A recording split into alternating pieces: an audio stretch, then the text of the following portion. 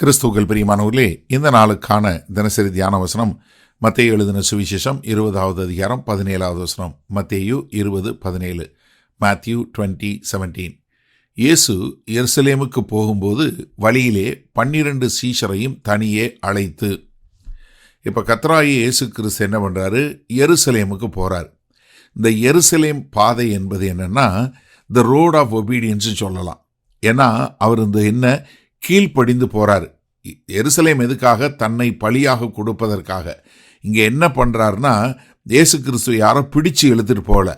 ஆனால் அவர் அவருடைய என்ன நோக்கத்திற்காய் வந்தாரோ அதை நோக்கி போகக்கூடிய காரியம். இது நமக்கு எதை காட்டுகிறது?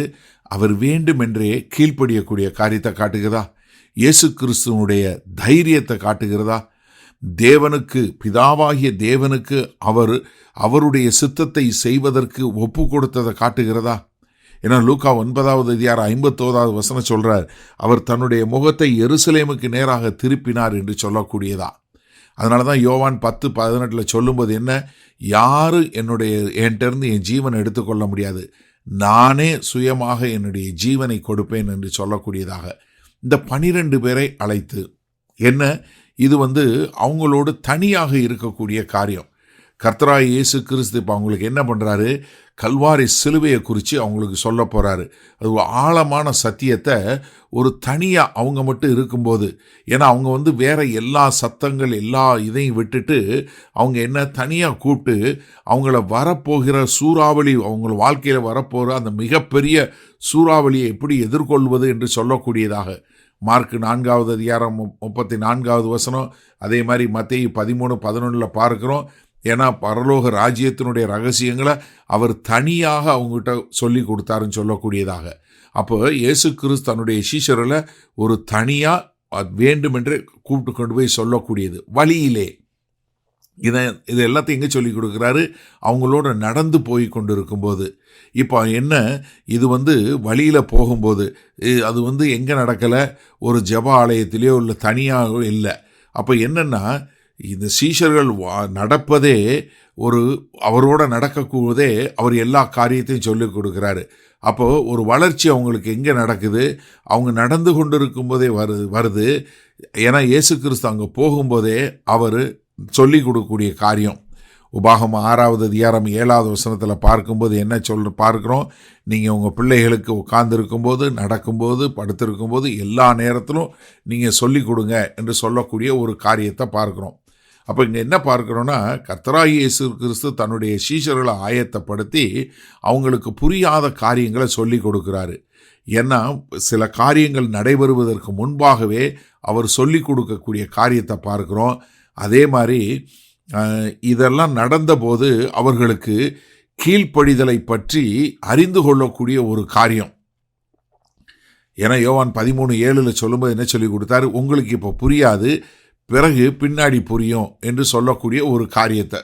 சரி, இந்த நாளில் இந்த வசனத்தை நம்ம எப்படி எடுத்துக்கொள்வது? இங்கே நம்ம பார்க்குறோம், அவர் எப்படி தன்னுடைய சீஷர்களை நேசித்தார், ஒரு சீஷத்துவத்துக்கு என்ன விளைக்கரையும், கர்த்தரோட ஒரு தனித்து இருக்க வேண்டியது எவ்வளவு முக்கியமான காரியம் என்பதை சொல்லி கொடுத்தாரு. அதனால் நம்ம என்ன புரிஞ்சுக்கொள்ளணும்னா, நம்ம தேவனுடைய நோக்கம் என்னவோ அதை நோக்கி நாம் நடக்க வேண்டுமே ஒழிய அதிலிருந்து இல்லை. ஏன்னா இயேசு கிறிஸ்துவுக்கு நல்லா தெரியும், எருசலேம் போகும்போது அவர் அங்கே மரிக்க போகிறார், அவரை என்னென்னலாம் செய்ய போகிறாங்கன்னு. ஆனாலும் இயேசு கிறிஸ்து கீழ்ப்படிந்து தன்னுடைய நோக்கத்தை நிறைவேற்றக்கூடியவராக போய் கொண்டிருக்கிறார். அப்போ நம்முடைய வாழ்க்கையில் ஒவ்வொரு நாளும் கர்த்தர் நம்மளை எதை நிறைவேற்றுவதற்கு அழைத்திருக்கிறாரோ அந்த பாதையில் நம்ம நடக்கிறோமா? அது எவ்வளவு அசௌகரியமாக இல்லை ஒரு கஷ்டமான பாதையாக இருந்தாலும் நாம் கீழ்ப்படிந்து நடக்கக்கூடிய மக்களாக இருக்கிறோமா? இதில் இயேசு கிறிஸ்து அங்கே போகும்போதும், இவ்வளோ முக்கியமான வேலைக்கு போகும்போதும் தன்னுடைய சீஷர்களை அழைத்து அவர்களுக்கு தனியாக கர்த்தரோடு நேரம் செலவு பண்ணி சொல்லக்கூடிய காரியம். அப்போ நீங்களும் நானும் தயவு செய்து ஒரு நாளைக்கு ஒரு 10 நிமிஷமோ ஒரு 15 நிமிஷமோ கர்த்தரோட அமைதியாக உட்கார்ந்து நேரம் செலவு பண்ணுறோமா? எனக்கு அருமையானவர்களே, நம்ம ஒவ்வொரு நாளும் இயேசு கிறிஸ்துவோடு நடக்கக்கூடிய மக்களாக இருப்போமா? அவர் நோக்கத்தை நிறைவேற்றுவதற்கு நடந்தார். அப்படி நடக்கும்போது தான் அவர் வரப்போகிற கொடிய சூறாவளிக்கு முன்பாக அவர்கள் எப்படி நடக்க வேண்டும் என்பதை ஆயத்தப்படுத்தினார்.